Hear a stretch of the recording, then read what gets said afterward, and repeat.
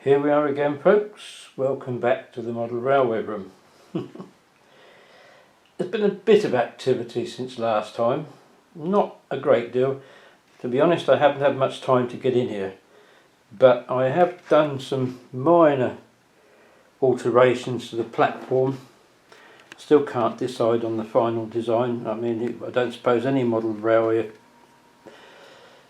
builder is ever happy, but you might notice I've just shortened the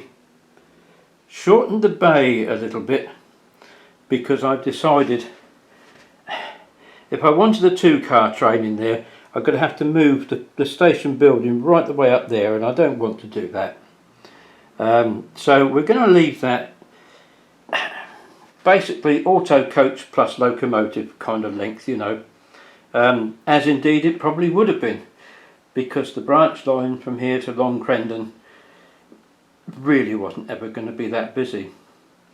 I have, as you can see, also got the lines in round the corner. Now, I was very lucky here. Thought I was going to have to buy some more rail, but digging into the second-hand stuff that I found I've actually got some first radius curves, so I can now keep this branch line completely separate, and that will give me the option of running either analog or DCC stock on it. All I have to do is change the track input accordingly. And so we're going to have the main line, the two-track main line, going round the outside. Where am I? This one will be the DCC controlled one, and this one will be analog. So I'll be able to run both types of stock. I haven't yet got round to sorting things out on the other side, but all these lines now go round, and I've got to work out how I'm going to build a fiddle yard round there. Fiddle about with the fiddle yard, as it were. That's really not essential to the main building of the layout, but I do need to sort out what's going and where. But that's the state of play with the station at the moment. And well, this poor chap on the platform is still waiting for a train. It will arrive sometime, sooner or later. In the meantime, you can always go and buy a newspaper.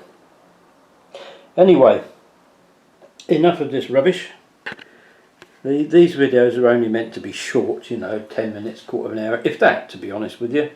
They just give little weekly updates on how I'm doing. Weekly, fortnightly I think it is, updates on how we're doing. But I think still what interests most of you is, what the hell am I going to unbox yet this time? And I have something for you here. I've had it for a long time, but it never really gets out of its box for use. So this is probably only the second time that I've actually used it. But it is a particularly interesting locomotive, as I'm sure you'll find out when I unbox it. I don't keep all these locos at home, by the way. Some of them are very expensive, so I've got a secure location where I keep them. Now, we've seen one or two prototypes in model form on this circuit. And today I'm going to continue with my prototypes, and another unique one. Even in the 1960s, British Railways wanted a really heavy powered locomotive so that they didn't have to keep double heading coal trains and things like that, because by that time I think it had become fairly commonplace that the English electric type 1s, the choppers, or class 20s as they became known, were already being used nose to nose as a single locomotive. So British Railways put out a tender. They wanted somebody to design a really heavy locomotive for single loco haulage, very powerful, but with an axle weight of no more than 20 tons per axle. And Hawker Siddeley, known for their aircraft production, decided they'd have a go. So they got together with Sulzer, I think it was, and using their engines, they produced a prototype for British Railways. However, there was one big problem. Powerfully, it was probably the most powerful loco in the United Kingdom at the time. However, it came in at 33 tonnes per axle, which was way heavier than British Railways really wanted, so its use was only ever going to be limited, and only to certain routes. So, let me show you what Hawker Siddeley came up with.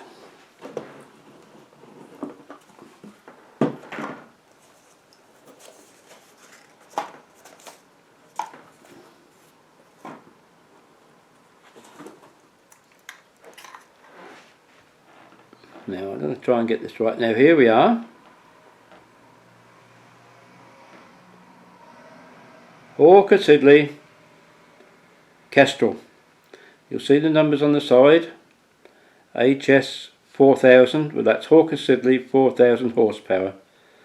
And this, as you will see, is quite an unusual looking locomotive. Let's turn it round so you can see the cab.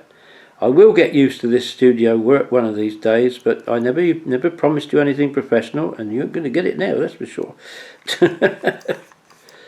And there is the other side, look.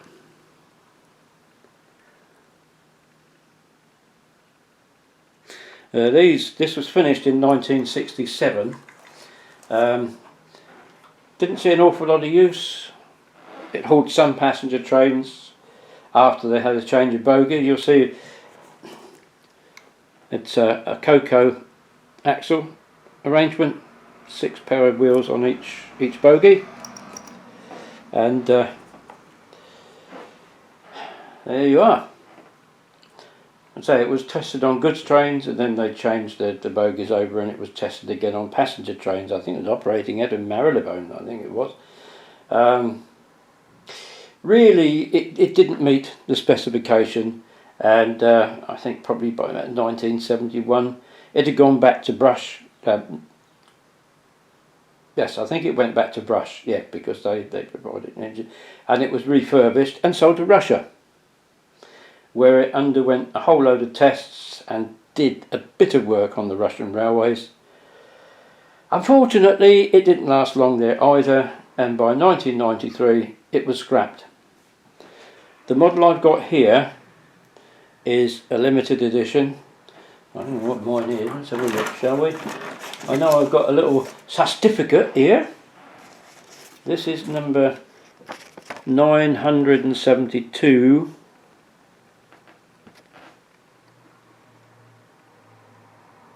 There it is. And of course, because it was loco number 4000, they only produced 4000. And I've got one of them. So, going to get it on the track, and I'll be back when I've got it working properly. Well, here we are, it's on the track. I think I said earlier, didn't I? I've had this for about 6 years. These older DCC models never came like they do now, excuse me, factory fitted with absolutely authentic sound.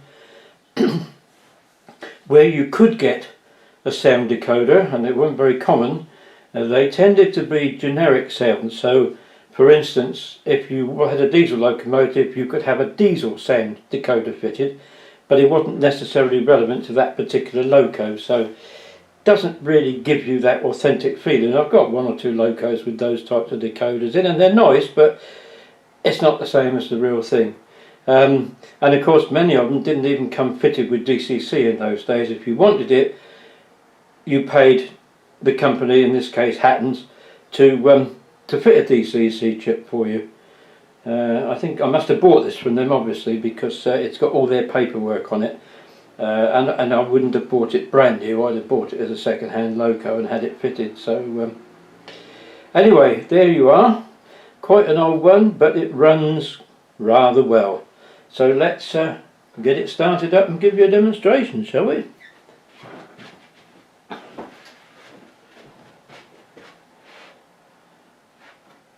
Can't start the engine up, I'm afraid. It's not got that sort of decoder, but here we go. We'll turn the lights on. That's better. And away we go.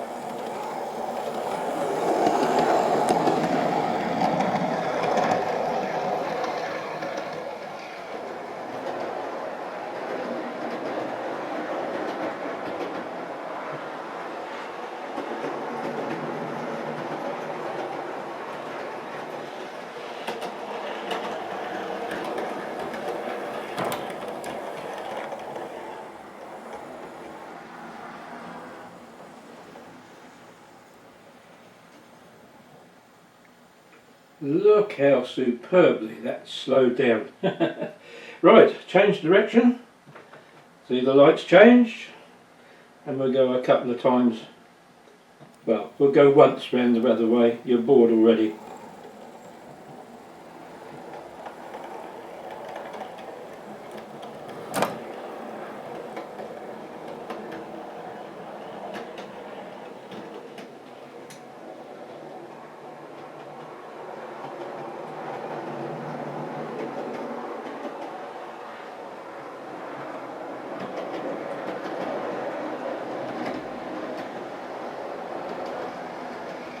I have to take it slow because it's old second-hand track. But here she comes.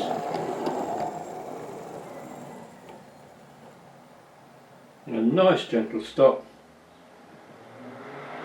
Lights out. And that's it. That is the Hawker Siddeley 4000 prototype, and only one of its kind that ever existed, Kestrel.